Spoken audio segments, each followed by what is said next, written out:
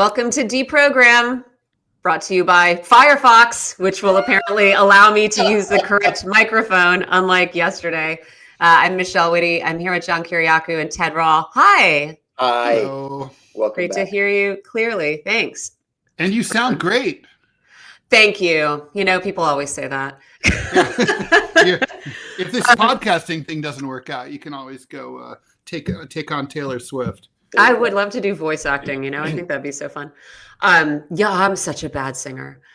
We have a lot to talk about today. I want to talk a little bit more about the perversion of justice that we're watching in our country, right? Where the FBI is now apparently just doing corporate security guarding for Tesla specifically. And we have plainclothes agents rounding up residents for the crimes of writing op-eds that this administration disagrees with. It's truly frightening. I've got a fun Boeing update, a sort of not a shot chaser, a one hand and then the other hand update from Boeing that I think is pretty fun. We have a disgusting display by and for Department of Homeland Security Secretary Kristi Noem down in El Salvador. And then maybe if we got time, we've got a little bit more evidence for the Mike Walls is a lying liar column when he says that he has no idea how Jeffrey Goldberg's information or contact information got sucked into his phone. So I don't know where you guys want to start. Donald Trump actually said that he believes it was a glitch in the app, that it was the app that generated this whole conversation about targeting the Houthis and adding a reporter to the mix. I thought Trump was supposed to be clean and sober. Right. Yeah. Also, happened to the me. press secretary yesterday again repeated this story about the phone number being added. In Signal, you don't add a phone number; you add a name. A name. I use Signal every single day. Used it for years. And it has the person has to already be in your contacts for you. And they have to be a member of Signal. And they have to be a member of Signal. Yep. Yep. It's a pain. And I want to add something too that I think I mentioned yesterday, but it bears repeating. Tom Drake, the NSA whistleblower, who is one of the country's leading experts on these technological issues, said that just because Signal or any other encrypted app is encrypted doesn't mean that it can't be intercepted, because it can be intercepted as you are typing it. It only becomes encrypted once you hit the send button. And the technology is such, the technology that governments have is such that they just get it as you're typing it and it plays out on their screen so they can read it. Yeah. So I would venture to say the Russians saw this, the Chinese saw it, the Israelis saw it, and any host of other countries, North Korea. Yeah. The app does not defend your phone. No. You know, the app is not a line of defense against your phone being penetrated. Yeah. There's been some funny reporting about just what information is out there about our elected officials. I forget where the source was, but it was probably Wired or somewhere, reporting that Tulsi Gabbard, among others, her phone number, in some instances, passwords are publicly available, which, you know, okay, this is too much to hope for. But if we wanted to look on the bright side, we've been having conversations for years about how we need to maybe change our definition of, change our understanding of privacy when it comes to, quote, publicly available information, because of, you know, software, including AI, that is able to sort of scour the internet and pull together bits of information that can create actually a very complete picture of someone that you couldn't do manually, right? It would take so much effort. And that we need to sort of update privacy laws to reflect this. Maybe the fact that, you know, this can be done for people in positions of significant power now, and is being done because we do have a bunch of people in significant positions of power who haven't bothered to do the sort of like information hygiene or whatever you want to call it, that they probably should have, that we can get some kind of privacy update along the lines of what the European Union has done. But I see Ted shaking his head there because Michelle, no, of course not. Why should that happen for just regular people? Sober. I know. And along those lines, we also had, I think it was Wired and the American Prospect got a hold of Mike Walls, National Security Director Mike Walls, or security advisor, his previously public list of Venmo contacts, which include, you'll be shocked because I guess he doesn't talk to reporters, but it included the contact information of several reporters, and not just conservative ones, but people at CNN, people at MSNBC, and then of course some people at Fox. So I don't know how that data got sucked into his phone, but he should maybe take it to the Geek Squad or something. Yeah. Yeah. Well, at least he's not blaming the app, which is what Trump did this morning. Yeah. Which Trump doesn't use, right? I think the only tech he's got facility with is either X or Truth Social, and that's it. Yeah. It's all computer. It's all computer to him.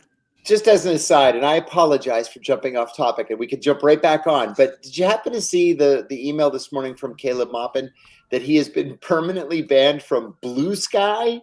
No. Oh, I didn't realize it was permanent. Well, what? For what?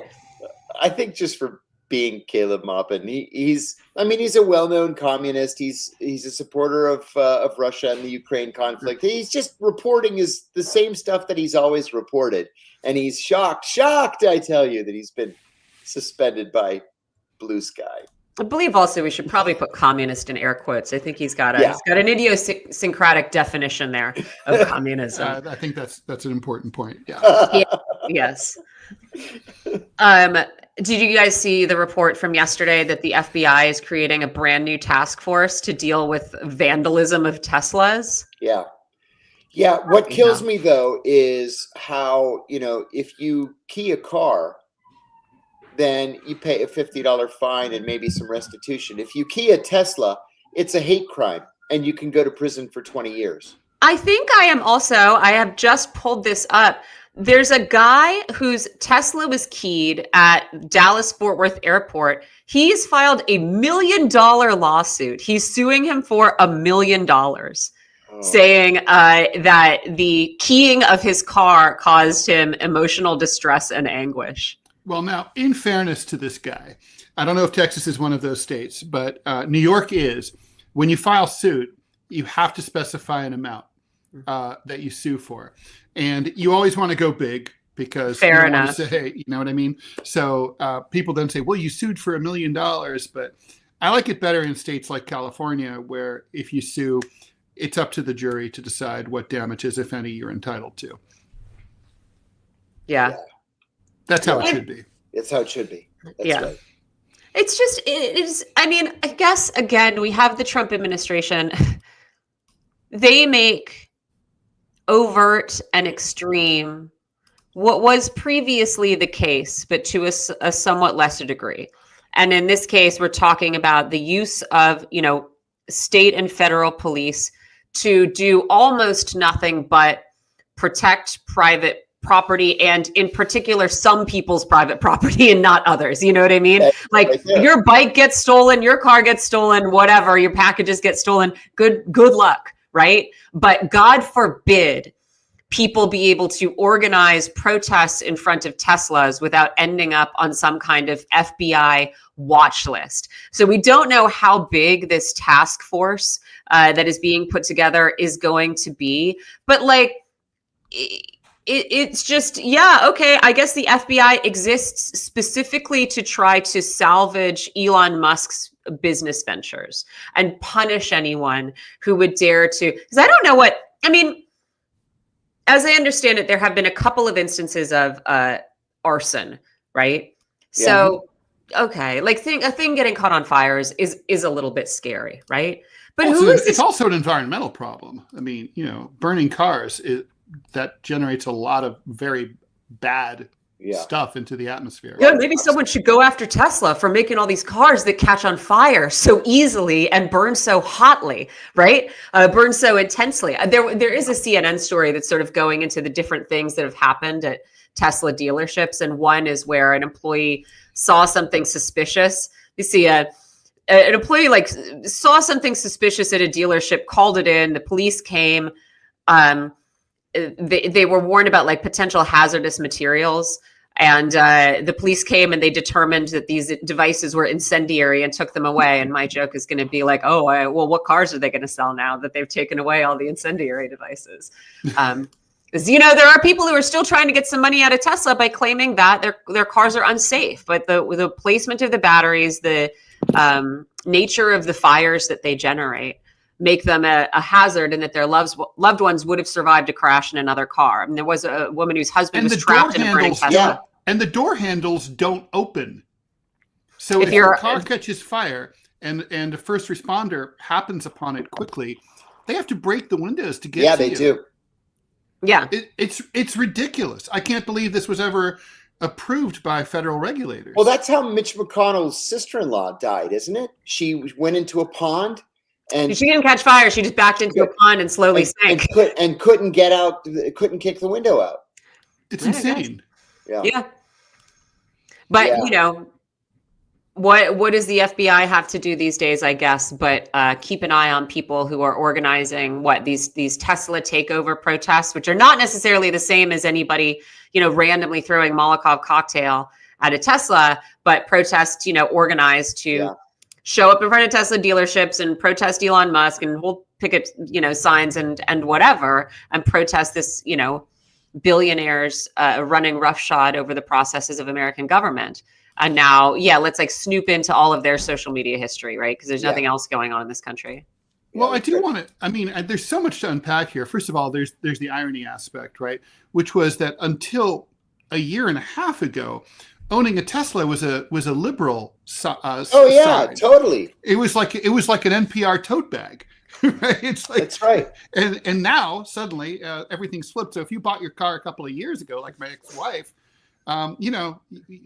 what did you do? You didn't. Suddenly your political sign is off. And then there's also the fact that what about the Streisand effect? It seems to me like Musk and the federal government are programming. Are basically, spreading the word that it's open season on Teslas. It's like they're giving ideas to people who might not normally get them. Yes, and the media is partly to blame for this too. I'm on the email list of a hyper local news thing called ArlingtonNow.com. So it's just news from Arlington, Virginia. And they sent me this hair on fire breaking news, and it has like 2 police sirens on the side of it as a GIF, breaking news. Someone painted a swastika onto a Tesla in the courthouse neighborhood. Detectives are on the case. It's like, seriously? This is breaking news with the 2 sirens going like this. Yeah, this is where we are today. Here's the thing, right? You have, again, it's FBI task force. You have Pam Bondi, the attorney general, calling attacks on Tesla domestic terrorism. You have Kash Patel, the FBI director, saying the same thing. You have the president joking grotesquely about the prison conditions in El Salvador where any of these domestic terrorists might be sent. Right. And again, this is over mostly. If you burn up somebody's Tesla, you should get charged with vandalism and property damage. Right. Like, sure. If you damage a dealership, there are already crimes on the books for the things that might occur during a protest.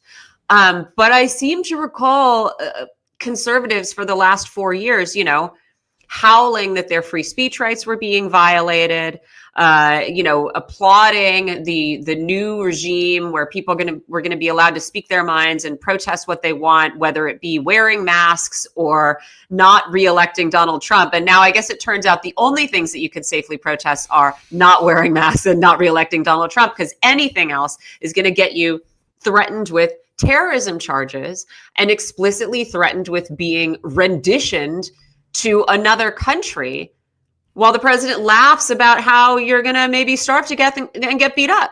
Yep. And then we have... Well, everything's terrorism now, right?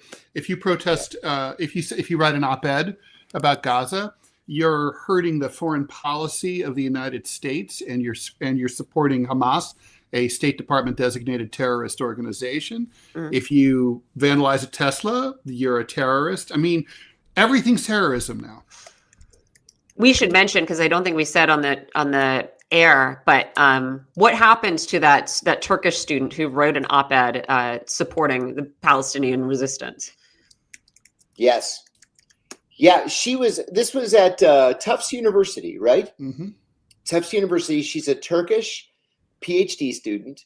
She wrote an op-ed, and there is security camera footage of her just walking down the street, minding her own business, and 3 plainclothes undercover Department of Homeland Security agents who are milling around their unmarked SUV walk up to her, confront her, and in less than 30 seconds, she's in cuffs.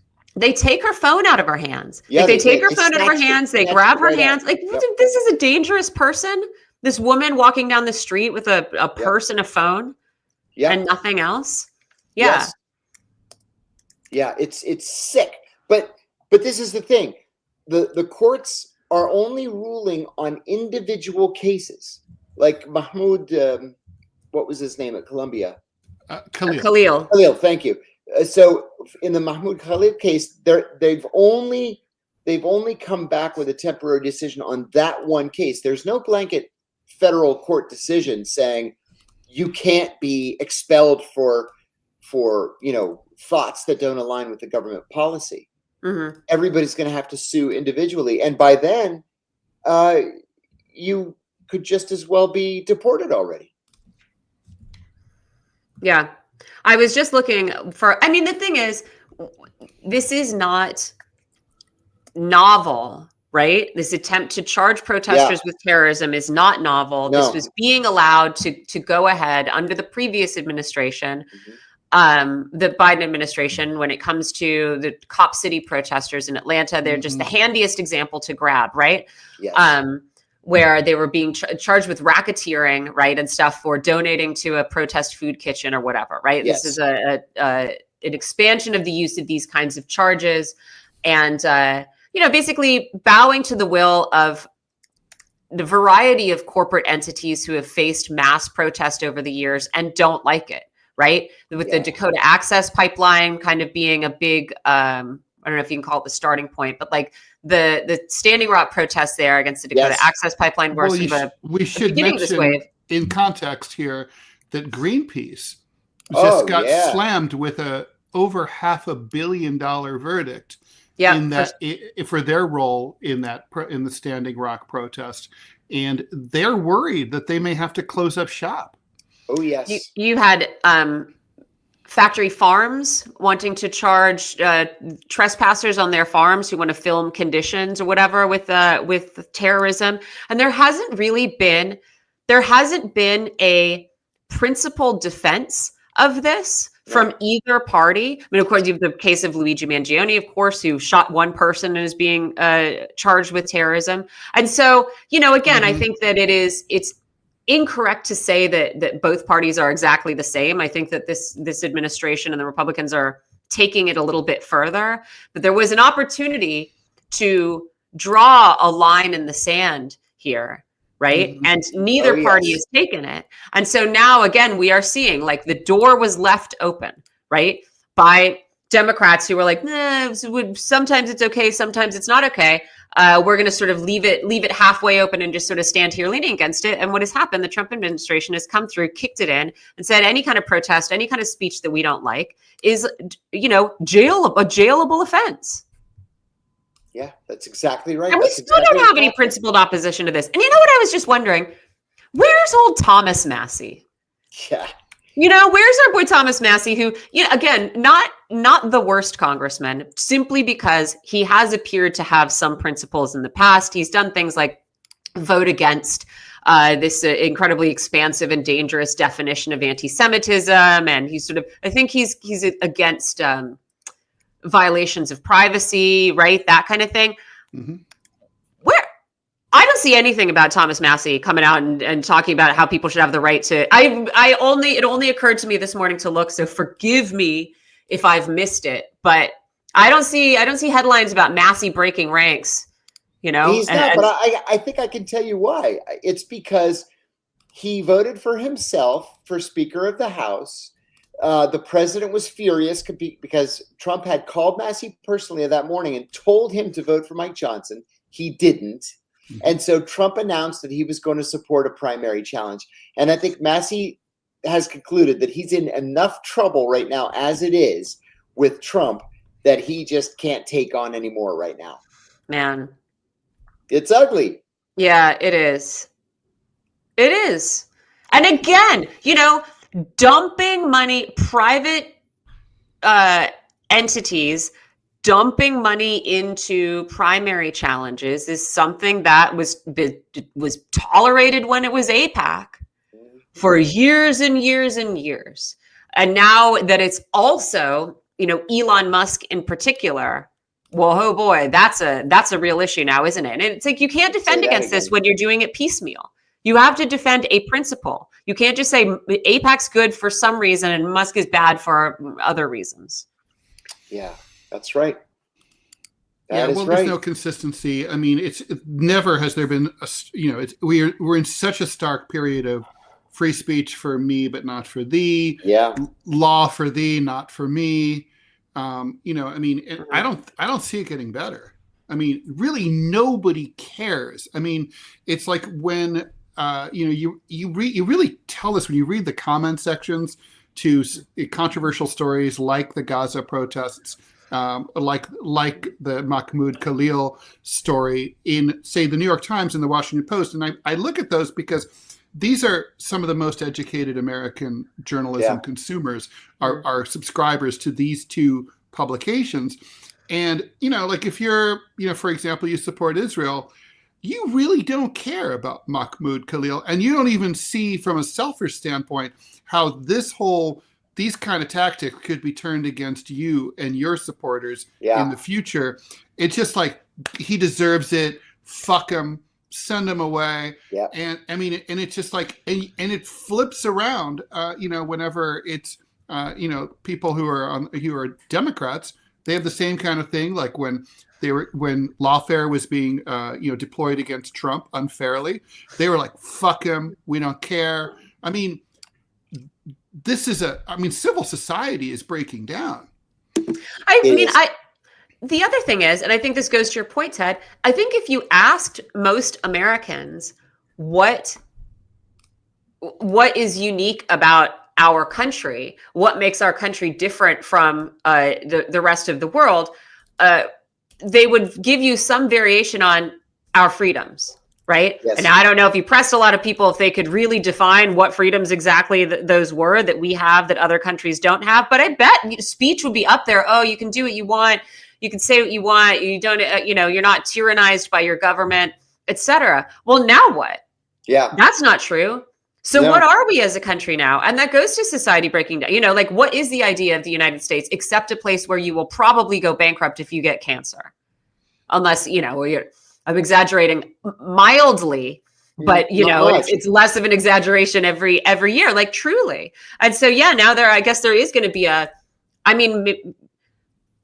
least if there's an explicit fight for what is the definition of this country, it's people will realize that there is a possibility of creating and defining it. And in my opinion, that would be good rather than just sort of like entertaining ourselves in the ruins of empire forever until we expire. Because that's what we had been doing until things got really uncomfortable, right? We're all just sort of like jerking off inside this giant blood-soaked edifice that we don't really understand the function of or the consequences of.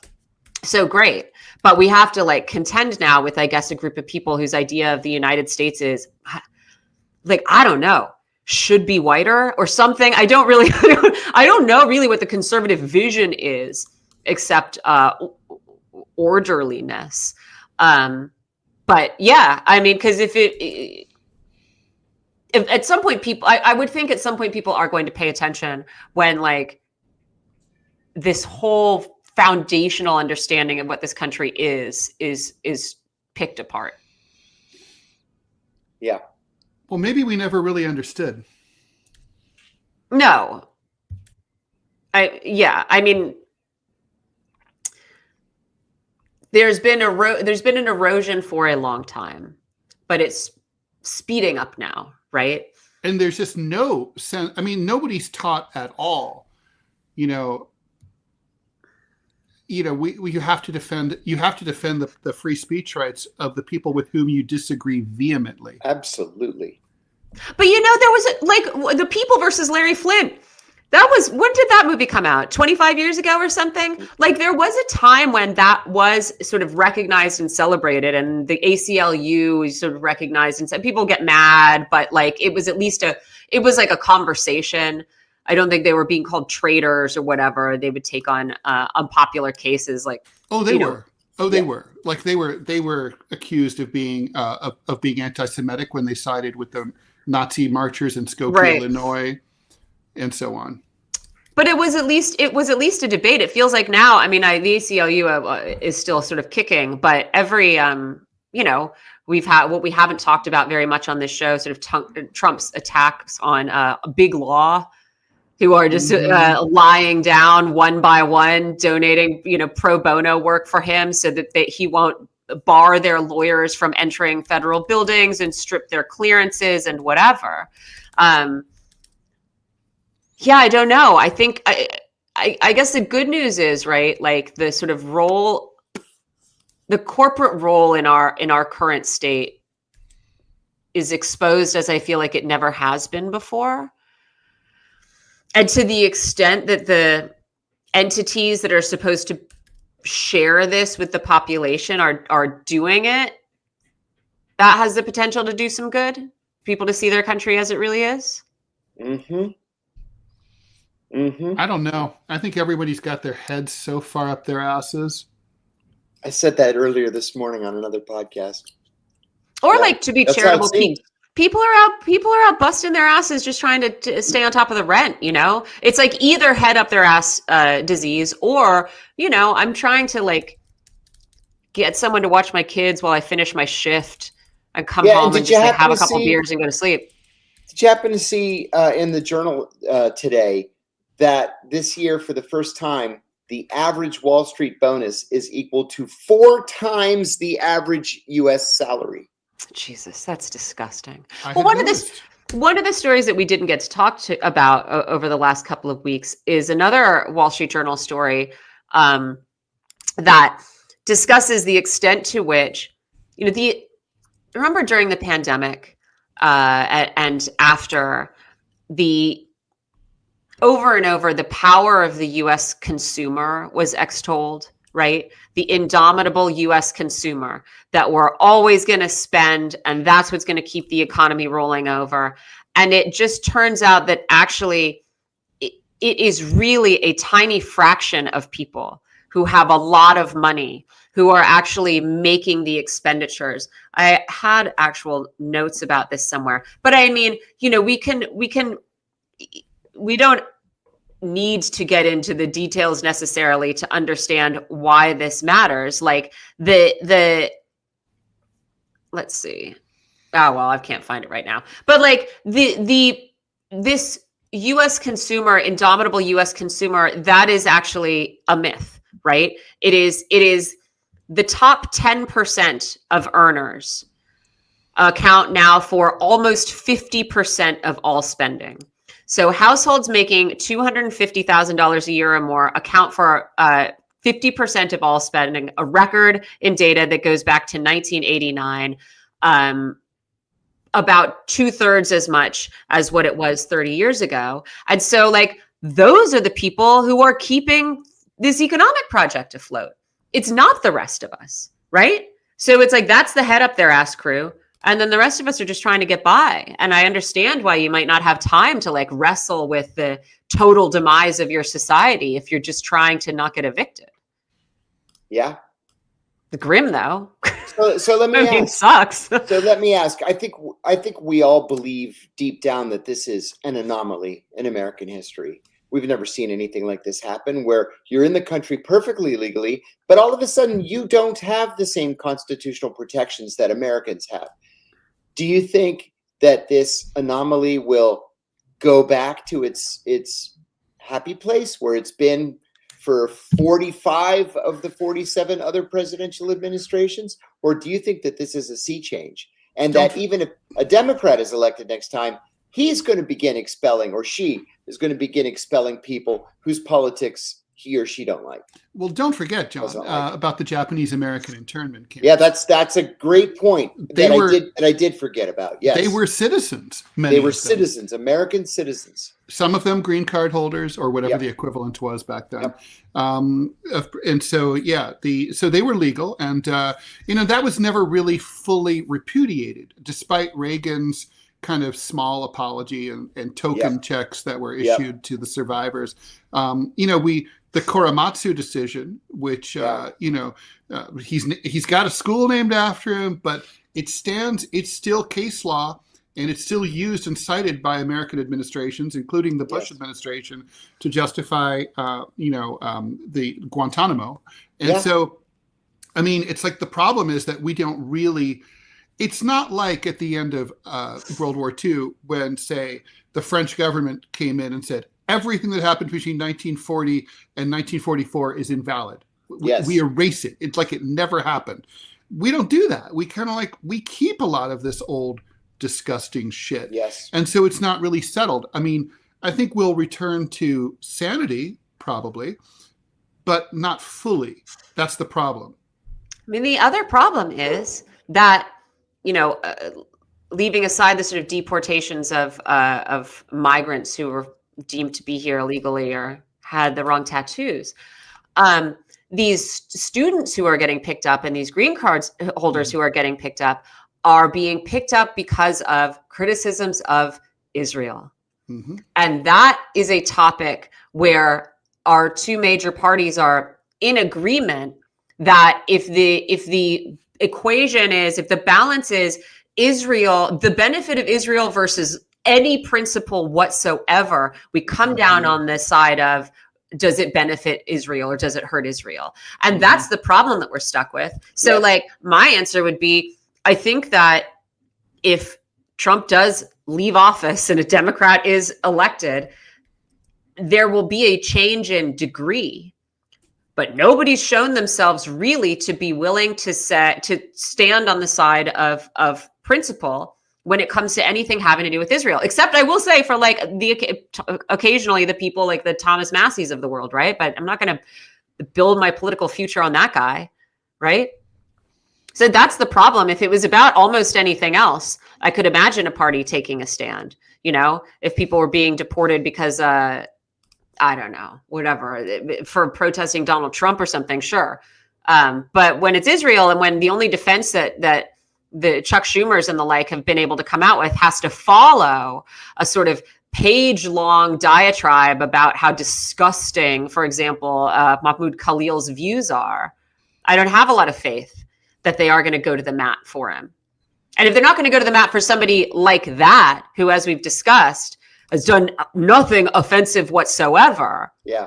They're not going to go to the mat for somebody who actually has views that are repugnant to them, but who is here legally and has done nothing illegal. It's a dark day. I think you're exactly right. I think your analysis is right on. And that means that we have nothing to look forward to in this area. Well, that's. I hate to say it like that, but it's. I wish my head was although at a certain point, Israel might become as popular as smoking. Used to be everybody did it. Now nobody does it, and you're a pariah if you do. Seriously, everything has Israel may have. I mean, it does seem like they've gone as far as they can go in terms of American public opinion. It may have cost Kamala Harris the presidency. Yeah. That could happen, but it wouldn't really change the fundamental flaw here, which is that nobody's going to stand up for a minority opinion, or it's not even a minority opinion. It's an opinion that's just not accepted in the halls of Congress. Yeah, because how much does I mean, again, it always comes down to how much does public opinion matter, right? Because I think the government has, I don't know, when I don't recall exactly where public polling was when it came to legalizing gay marriage or whatever, right? But that might have been a minority opinion where there was a decision. It was not. What happened was, I remember this very vividly. It was, Joe Biden with his verbal diarrhea basically sort of accidentally brought about legalized gay marriage, right? So what happened was that the Obama had weaseled, and when he ran in 2008, said that he believed that marriage was between a man and a woman. Yes. And he believed in traditional marriage, but the public was getting ahead of him and the Democrats, and it became a majority opinion. It was upwards of 60% that the public was in favor of allowing it. And then at that point, Joe Biden, in an interview, went off the reservation as vice president and asked and said, I don't have a problem with it. And at that point, Obama had to say that he was in favor of it, although privately he was kind of pissed. And then that led to the Supreme Court decision. All right, there we go. So you got to force them every time. Yeah, the leaders don't lead; they lead from behind. Yeah, but again, I mean, we've seen these studies that show that when we spoke to Jonathan Cohen, I believe, who had done that study, finding that fully half the time Congress does not respond to the clear will of the majority, whether sort of on the whole or sort of locally in their districts. And so the sort of the fights that we are having is over about half of stuff that we disagree on, when actually most people agree on most things. It's just that our government won't act. And so I think this is one of these things, right? Yeah. Maybe the only thing that will happen is that Israel one of these days will literally be smoking, and that will maybe be the end of our troubles. Here's the thing. The nut is going to happen when they have to figure out what to do about the people of Gaza. They can't expel them because no one will take them, and they don't want to go anywhere. So they're staying put. Mm-hmm. They live there, but the Israelis want that land. So now what? So at some point, so something's got to give. Either the Israelis have got to surrender and say, okay, all right, you guys get to rebuild, and we give up. Hard to imagine. Yeah. Or they're gonna force the issue in some violent, brutal, horrific way that destroys their international standing once and for all. I'm voting on B. And which is clearly underway now, right? You know what I mean? Like, they are forcing the issue in a violent, horrific, illegal way. And yeah, it's up to the international community to decide when this is going to be unacceptable. Yeah. That's going to be soon. I hope so. I hope so, Ted. That's going. I mean, I don't want to see how it goes down, because people are going to die. It's going to be really ugly. Yeah. But it's going to happen. I mean, I think we're going to see it this year. Yeah. Wow. Do you want a quick Boeing update? It's not the most important news, but I do think it's interesting. Sure. Well, so there was a fun 1-2 for Boeing in the last week. I don't know if you saw this, but Boeing was awarded a $20 to $50 billion contract to build the Air Force's next fighter jet. The F-47. Yeah, it's going to replace the F-22. You know why the number? Oh, yeah. They did it as a SOP to President R-47 president. Isn't it disgusting? Oh, I did not realize that. Uh-huh. Well, so they won this award. They were up against Lockheed Martin. Lockheed Martin was not given this, despite the fact that Boeing, and this is the Wall Street Journal was reporting on this, Boeing has not successfully launched a commercial or military aircraft in 10 years. So they have been, Boeing, one of the most despised companies in the United States right now, I would say, has been handed this massive new contract. I couldn't see when this was first announced a couple of days ago, Lockheed had expressed some disappointment and hadn't said yet whether they were going to challenge the award. But in addition to the, doors blowing out of its commercial airliners, and the commercial airliners, less comically crashing, twice, killing nearly 500 people. They have had quality problems, scheduling problems, and lost billions of dollars with their military planes, like a trainer. They've got a big Pegasus tanker and some other Air Force programs. In September of last year, they fired the head of their defense sector. And yet, the government looked at Lockheed and Boeing and went, yeah, Boeing's probably a safe bet. And this story that I forget who it was. I think it's like a On the Wing or some sort of airline specific news organization spoke to the executive director of the Mitchell Institute for Air Force Studies, who said, it's up to Boeing to make this opportunity a win. Which again, it's like, is it supposed to be with our tax dollars that we say, let's see if you can do it this time? You know what I mean? Or are these awards supposed to go to like a sure thing, the company that we feel is definitely competent to make this product, which Boeing has not demonstrated itself to be in a decade? The other hand of this is that a judge has now scheduled Boeing to go on trial for defrauding the U.S. government in the case of those two crashes of 737 MAX jets. So they got this deferred prosecution agreement back in January 2021 that kept Boeing from having to actually face trial. And then Boeing was supposed to undergo all of these different regulatory changes and safety reforms and on all of this other stuff. The problem is that under that deferred prosecution agreement, Boeing admitted that its officers, directors, and employees had misled the FAA about these safety details that were, part of the reason these two crashes happened. There was one in Indonesia and one in Ethiopia, like 2016, 2017, or 2017, 2018, I forget. So hard to see how Boeing is going to defend itself in a criminal trial for something that it has already admitted guilt for. Yeah, I agree. I mean, and it also feels like no explanation for it.